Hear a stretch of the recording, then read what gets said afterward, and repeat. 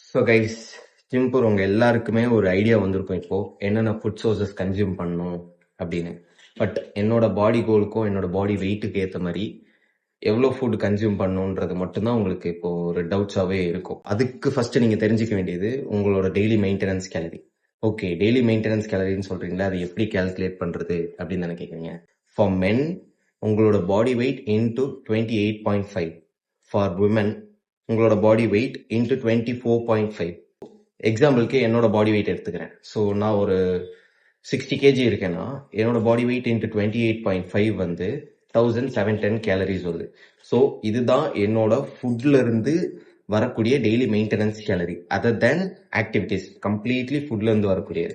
So இந்த 1710 கேலரிஸை நம்ம நாலா பிரிக்க போறோம். நாலா பிரிக்கிறதுனா protein, carbs, fibres and fats. இப்போ புரோட்டீன்ல ஸ்டார்ட் பண்றேன். இப்போ 1 கிராம் ஆஃப் புரோட்டீனுக்கு உங்களுக்கு 4 கேலரி இருக்கு. சேம் திங் 1 கிராம் ஆஃப் கார்ப்லயுமே 4 கேலரி இருக்கு. பட் 1 கிராம் ஆஃப் ஃபேட்ல வந்து உங்களுக்கு 9 கேலரிஸ் இருக்கு. Remember this.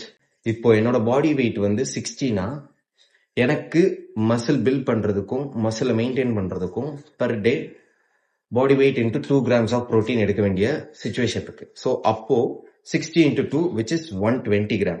120 gram protein. நான் ஆல்ரெடி சொல்லியிருந்த மாதிரி 1 கிராம் ஆஃப் ப்ரோட்டீனுக்கு 4 கேலரினா 120 கிராமுக்கு டோட்டலா 480 கேலரி இதுலயே முடிஞ்சிருச்சு. We are coming back to fat.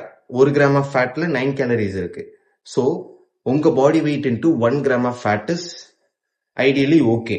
அப்போ 60 into 1 which is 60 into 9 which is 1 gram of fat is 9 calorie. அப்போ 60 into 9 which is 540. இந்த ரெண்டையும் ஆட் பண்ணீங்கன்னா எனக்கு 1020 வருது. நான் ஃபைபர்ஸ்ல இருந்து மட்டுமே 100 கேலரி எடுக்கிறேன். ஸோ அப்போ 1020 பிளஸ் 100 which is 1120. இப்போ எனக்கு வந்து 1710ல இருந்து 1120 கேலரி மைனஸ் ஆயிடுச்சு.